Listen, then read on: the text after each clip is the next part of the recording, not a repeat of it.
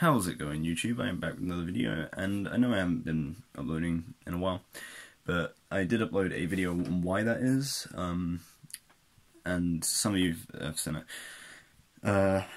I do have some issues sometimes with productivity and stuff in my head, and I was going through one of those times, so I just couldn't really do anything. And so I stopped uploading because I really wasn't enjoying Yu-Gi-Oh! That much either, trying to find a deck that I fully enjoyed, that I could stick kind of to for a bit, because at one point it ended up becoming Deck of the Week, and I kind of was annoyed with that. But I'm back, hopefully this gets uploaded. You'll know if it does, obviously. But this is my vampire deck, and I've been playing this, it's a lot of fun, and I love that it can link spam, and I love the artwork, and in general, it's a really fun deck. And also, before I start this, I've had some comments in a few of my old videos, saying things like, why aren't you running this, or your deck's crap in a couple of them, and stuff like that, or things along the lines of that.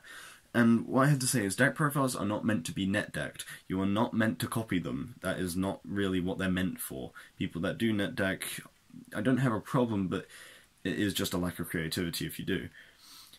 However, if you look at deck profiles, what you should take them as is that is how I want to play the deck, and how I play the deck, and how it works for me. That does not mean that you should play it the same. Use my deck as a reference, okay? If you do that, then you could even improve upon the deck that I've shown you, or just play it the way I showed you, just with a few different tech cards, or maybe a few different cards, stuff like, for example, Shiranui Solitaire. People run that in this deck. I do not like that card. Even though it does talk about Uni-Zombie, I just feel like you're not playing vampires most of the time then. You're just playing Solitaire, Uni-Zombie spam with a few vampire cards. That's how I kind of feel. So I prefer to build a more pure vampire deck. Although Uni-Zombie is in there. So with that out the way, just make sure you use this as reference mostly. If I don't run cards that you think I should run, I don't run them probably for a reason. Either I don't like the card, or I just, in general, don't own the card. That is another thing. Sometimes I can't run cards because I don't own that card, and I'm a relatively budget player. And one thing with my videos is I'm trying to make my decks budget, since I don't see too many decks profiles being budget sometimes. They're just overly expensive. Now this is relatively budget. I would say it's around the maximum of about £80, maybe, which is really good for Yu-Gi-Oh! And the reason I say that is because there is Sayuja and Firewall in here, but they did get reprints, so it's not as important, even though I have the originals in here. But vampires themselves, the main deck with a few of the extra cards actually cost me £53. And that is actually really cheap for Yu-Gi-Oh! Because you've got Sky Strikers running around, which are like £340 for 3 cards. Something like that. But to start off the deck profile though, I run 3 Vampire Familiar. So Familiar, level 1, use it for Link Rebo. When special summoned, pay 500 life points, search your deck for a vampire monster. And when it's in the grave, you can discard a vampire card, or send 1 vampire card you control to the graveyard in order to special summon this card from the grave, but banish it when it leaves the field. So it's got some good revival, and as well as searching. Then I run 3 Retainer, since it's also got the same effect to discard a card to summon it and stuff, and pay 500 life points, but instead of a monster, it searches Vampire Spell and Trap. So, also run 3 since it's a searcher. And the other card I run 3 of is my Vampire Fraulein. And Fraulein, she special summons herself when a monster attacks. In defense, she special summons in defense when a monster attacks, and you can pay life points once per battle, in multiples of 100, up to 3,000 though is a max. And whatever you pay life points is how much attack your vampire monster gains when battling a monster. So, pretty useful. And also, when it destroys a monster by battle, you can special summon that monster from your opponent's grave to your field, which is an effect that a lot of the new vampires have, and it's actually really useful for some Xyz. Next I run 2 Scarlet Scourge and 2 Shadow Vampire.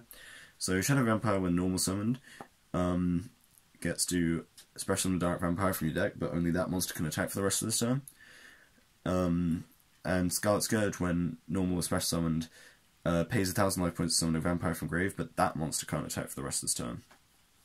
And so, what you can do is you can normal summon this from deck, pay 1,000, summon one of your familiar retainer from grave, and get another card. So you get 3 monsters on board and a monster or a spell or trap in hand. So you can get some really good plays with those two.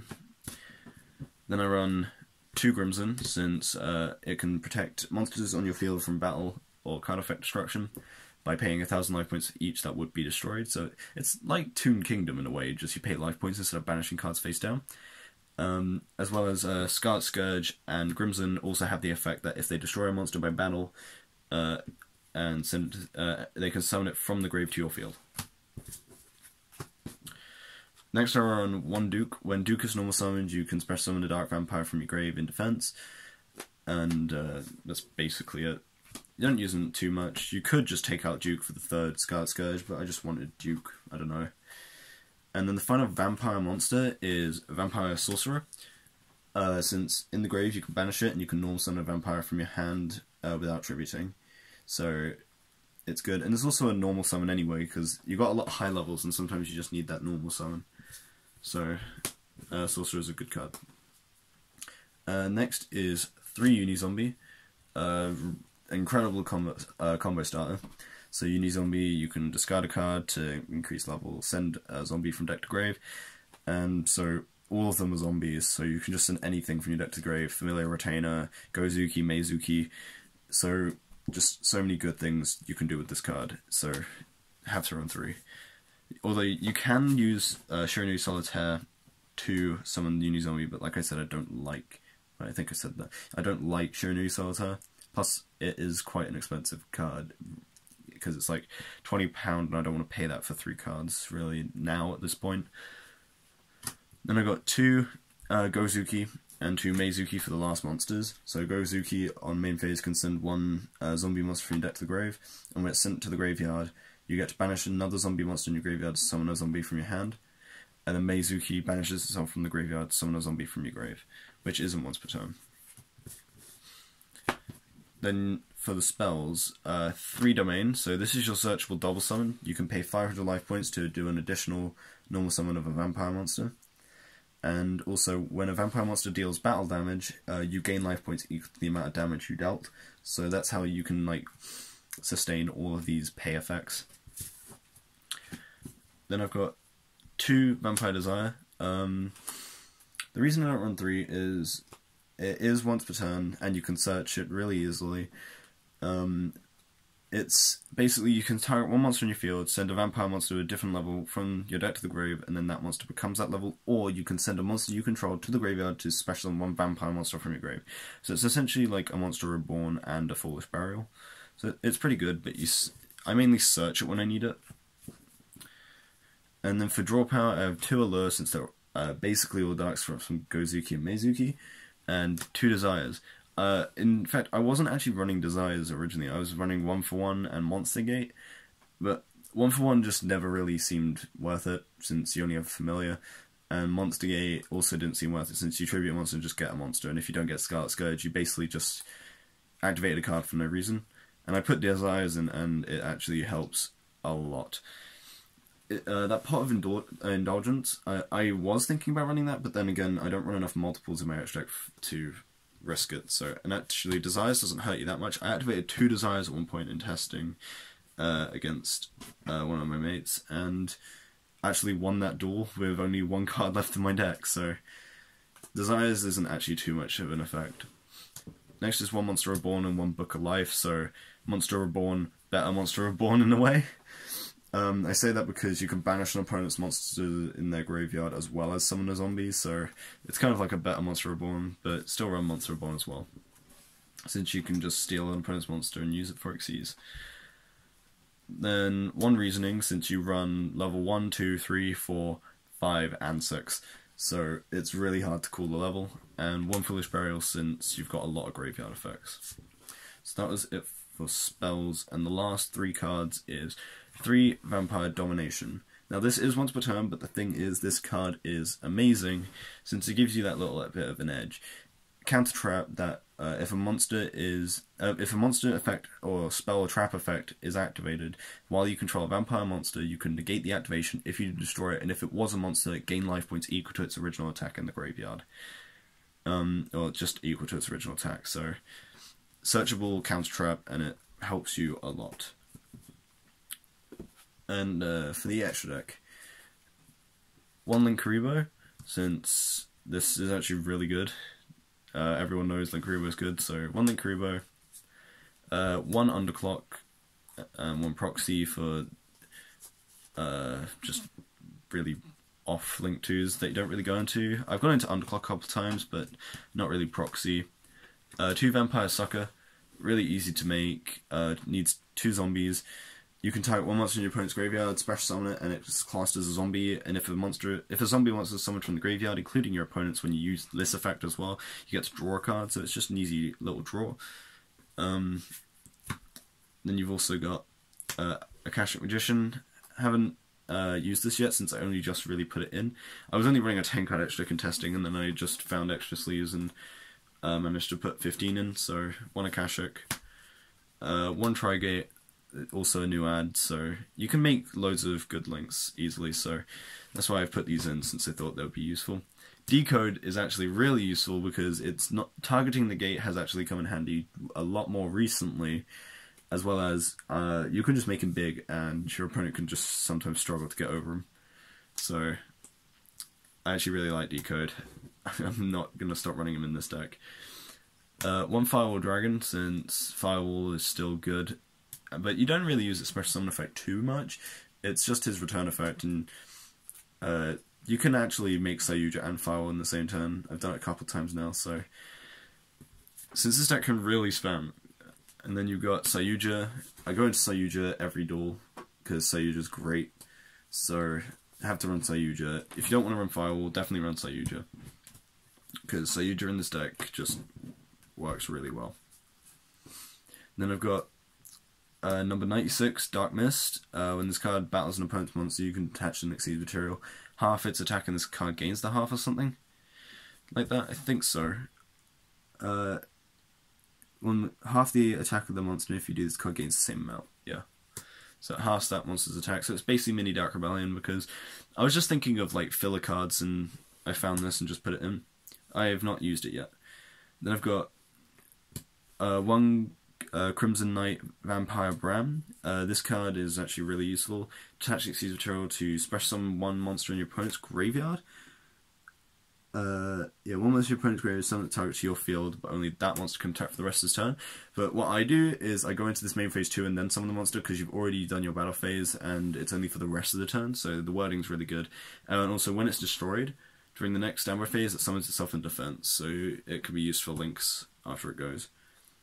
Then Dempo, the whatever that is, Vampire Sheridan, he's really good and really easy to summon, because you can use one of your opponent's monsters if you control it. Say if you stole it from a battle, if you control that monster and it was owned by your opponent, you can use that monster and treat it as level 6 for this card. And as well as you can target 1 card on the field and send it to the graveyard. And when a card on your opponent's field is destroyed, I have to keep reading because I'm still relatively new to the vampires. When a card on your opponent's field is destroyed, you get to special summon it to your field. Then 1 Norito, since you can make Rant 6s, and that's also one of the new cards. And a card that I go into quite a lot since it's just fun is number 24. Since number 24, when it is sent to the graveyard by either links, tribute, anything, or is banished by an opponent's card effect, summons itself in face-down defense, and when it flips up, you can send a card in your opponent's field to the grave. And also, its detach effect is you can target 1 monster in your opponent's field and change it to face-down defense during either player's turn, which isn't, that has to be a monster special from the extract, unfortunately, so it's not overly effective against links, it's just its, like, revival effect that's good. But that has been my vampire deck. I've actually been enjoying it quite a bit.